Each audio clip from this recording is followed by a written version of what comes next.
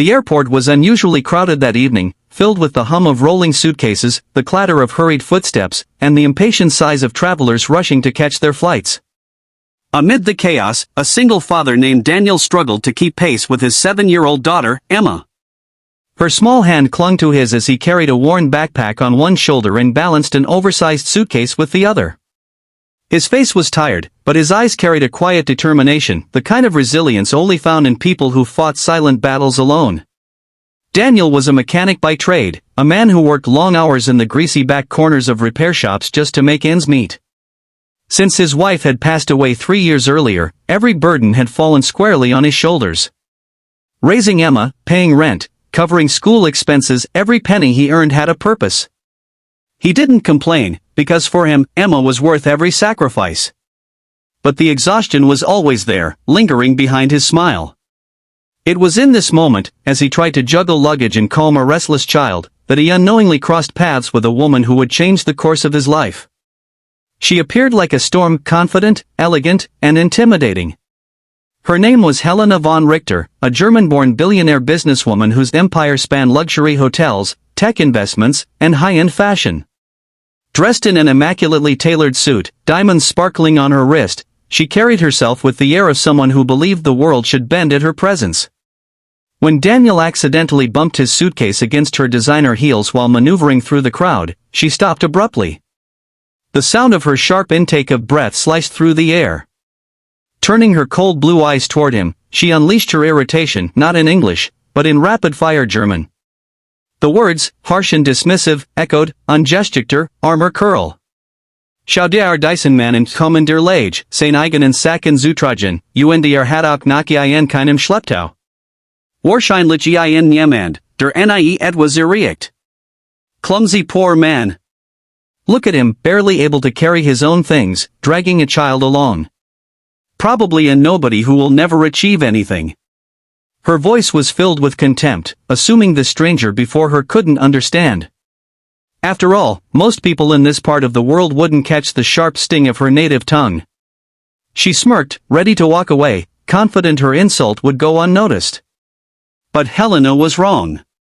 Daniel froze for a moment, not because he didn't understand, but because he did. His late wife had been German, and in her memory, he had taught himself fluency so that Emma could one day embrace her heritage. The words Helena spoke weren't just insulting, they were a knife twisting into old wounds, the kind of judgment he had faced so often since becoming a widowed single father. He looked at Helena, steadying his breath, and then replied in flawless, confident German. Menschen erkennt man nicht in ihrem Geldbeutel, sondern in ihrem Herzen. Und es skate, dass sie, trotz all ihres Reichtums, armer sind als ich jemals sein konnte. You don't measure poor people by their wallets but by their hearts. And it seems that despite all your wealth, you are poorer than I could ever be. The entire crowd around them went silent. Travelers who had no idea what was being said could still feel the weight of his tone. Helena, stunned, froze in her place. No one had ever spoken to her like that, especially not a man she had just written off as unworthy. Her cheeks flushed crimson. For a moment, she opened her mouth to retort, but the words didn't come. Instead, her gaze shifted downward, where Emma clung to Daniel's hand, her wide innocent eyes watching in silence.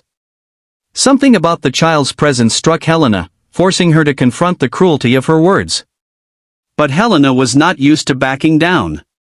Her life had been built on power, dominance, and control. Still, for the first time in years, she felt shaken. As fate would have it, their paths did not end at that confrontation. Hours later, a flight delay stranded both Daniel and Helena in the same airport lounge. Daniel, too tired to care about the billionaire in the corner, sat with Emma and quietly pulled out a small sketchbook. Emma loved to draw, and Daniel encouraged it. She giggled as she showed him her picture of an airplane flying through the clouds. Helena, from across the room, watched with curiosity. She saw how gently Daniel spoke to his daughter, how he listened with patience, how his tired eyes softened when Emma smiled. It was something Helena had never known: family warmth. Born into wealth, raised in cold boarding schools, and pushed into the ruthless world of business, she had grown up starved of affection. All her life, she had equated worth with money. Yet here was a man with nothing but a backpack and a child, radiating more richness than she had ever felt. The delay stretched into hours. Eventually, Helena found herself sitting across from Daniel, curiosity overcoming pride. Their conversation began stiffly, but soon unraveled into something deeper. Daniel told her about his life, the long nights fixing cars, the loneliness of losing his wife, the struggles of fatherhood, and the joy Emma brought him. Helena listened, silent but captivated. She confessed her own story too, how success had isolated her, how trust was rare in her world, how loneliness echoed in her penthouses and boardrooms. For the first time in years, she spoke not as Helena von Richter the billionaire, but simply as a woman longing for something real. Their clash of worlds began to dissolve into an unexpected bond. But challenges came quickly. Helena's pride wasn't easy to tame, and Daniel's distrust of the wealthy wasn't easy to break. She invited him and Emma to dinner when they returned to the city, but he refused at first, saying, "I don't need your charity."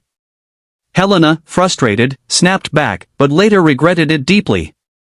The journey of their unlikely friendship was filled with tension, misunderstandings, and moments where both had to confront their deepest insecurities.